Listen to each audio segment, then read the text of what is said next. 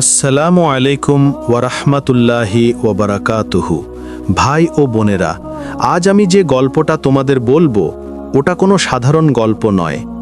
এটা এমন এক ছেলের গল্প যে জীবনের আনন্দে ডুবে থাকতে থাকতে হারিয়ে ফেলেছিল তার সেজদা, হারিয়ে ফেলেছিল আল্লাহর সাথে তার সম্পর্ক।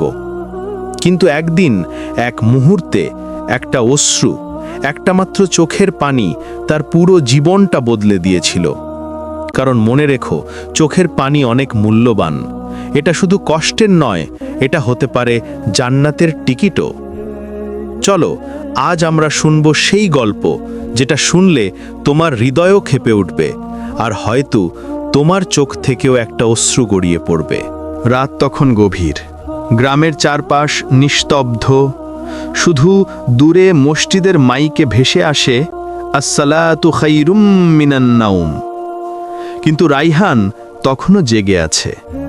সে বসে আছে বারান্দার কোণে, হাতে একটা পুরনো তাসবিহ, আর তার চোখের কোণে জমে আছে অজস্র পানি, যেগুলো বের হতে চায় কিন্তু হৃদয়ের ভারে আটকে আছে। রায়হান একসময় শহরের কলেজে পড়ত। বন্ধুদের সঙ্গে আড্ডা, সিনেমা, গিটার, হাসাহাসি সব ছিল তার জীবনের অংশ। নামাজ ওঠা যেন তার কাছে শুধু একটা আনুষ্ঠানিক শব্দ ছিল। মা যখন বলতেন, বাবা নামাজ পড়ো, মৃত্যু যে কখন দরজায় কড়া নাড়বে কেউ জানে না, তখন সে হেসে বলতো, মা তুমি খুব ভয় পাও, আমি এখন তরুণ, সামনে অনেক জীবন পড়ে আছে। কিন্তু আজ সেই রায়হানের চোখে ঘুম নেই, মুখে হাসি নেই। কারণ আজ তার মায়ের কবরের পাশ দিয়ে ফিরে এসেছে সে, একলা, নিঃশব্দ, ভাঙা এক মানুষ।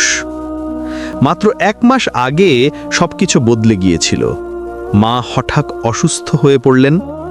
হাসপাতালে নিয়ে গেলে ডাক্তার মাথা নাড়লেন, আমরা চেষ্টা করছি, কিন্তু সেই মুহূর্তে রায়হানের পৃথিবী যেন থেমে গেল।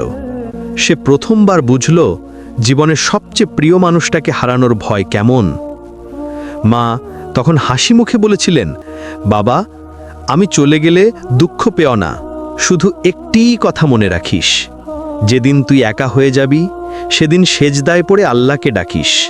তোর চোখের পানি অনেক মূল্যবান, যদি সেটা আল্লাহর ভয়ে ঝরে। রায়হান তখন হাসতে হাসতে বলেছিল, মা তুমি এসব দোয়া তওবার কথা এখন রাখো না, তুমি ভালো হয়ে যাবে। কিন্তু কয়েকদিন পর হাসপাতালের বিছানায় মা নিঃশব্দে চলে গেলেন। রায়হান শুধু শুনতে পেল, শেষ নিঃশ্বাসের আগে মা বলেছিলেন, আল্লাহ তোমায় হিদায়েত দিন বাবা। মায়ের জানাজা শেষ হলো, সবাই চলে গেল, শুধু রায়হান কবরের পাশে বসেছিল অনেকক্ষণ। আকাশে তখন গর্জন করছে মেঘ। সে তাকিয়ে থাকল মাটির নিচে, যেখানে তার মা ঘুমিয়ে আছেন, আর তার বুকের ভেতর হাহাকার করে উঠল। মা তুমি আমাকে একবার ক্ষমা করো, আমি তোমার কথা শুনিনি। হঠাৎ একটা বৃষ্টির ফোঁটা তার চোখের কোণে পড়ল, নাকি ওটা তার নিজের চোখের পানি ছিল, সে বুঝতে পারল না। সেই রাতেই তার জীবনের প্রথম কান্না বেরিয়ে আসে।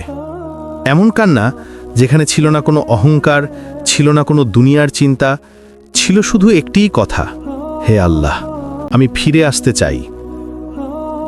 রাত প্রায় শেষ, ফজরের আজান ভেসে আসছে। রায়হান ধীরে ধীরে মসজিদের দিকে হাঁটতে লাগল।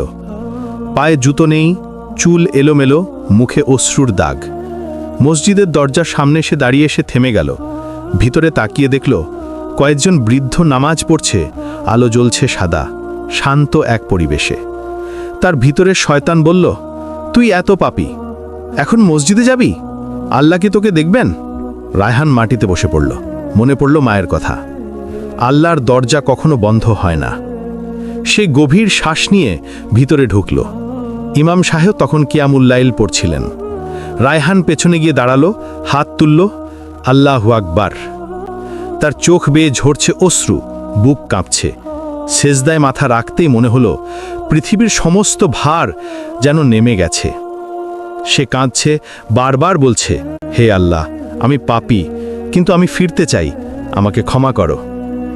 নামাজ শেষে সে মসজিদের বাইরে বেরিয়ে এলো। আকাশে সূর্য উঠছে, বাতাসে এক অদ্ভুত শান্তি। তার মনে হচ্ছিল আল্লাহ তাকে শুনেছেন। রায়হান সেই দিন থেকে বদলে গেল। দিনে কাজ করে, রাতে নামাজ পড়ে, কোরআন পড়তে শুরু করলো। যে ছেলে একসময় মসজিদের পথও চিনত না, সে এখন প্রতিদিন ফজরের প্রথম কাতারে দাঁড়ায়। কিন্তু একদিন মসজিদের এক বৃদ্ধ লোক তাকে বললেন, বাবা, আল্লাহ যখন কাউকে তওবার তাওফিক দেন তখন ফেরেশতারাও পর্যন্ত খুশি হয়। তোর চোখের পানি হয়তো আখেরাতে তোর মুক্তির কারণ হবে। রায়হান নীরবে কেঁদে ফেলল। সে বুঝে গেল তার মায়ের কথা সত্য ছিল। চোখের পানি সত্যিই মূল্যবান যদি সেটা তওবার অশ্রু হয়। সেই রাতে রায়হান ঘুমিয়ে পড়ল। স্বপ্নে দেখল তার মা সাদা পোশাক পরে হাসছেন, চারপাশে আলো, প্রশান্তি। মা বললেন, বাবা, আমি জান্নাতের বাগানে আছি, তুই জানিস? তোর চোখের সেই প্রথম কান্নার ফোঁটা আখেরাতে মুক্তার মতো ঝলমল করছে।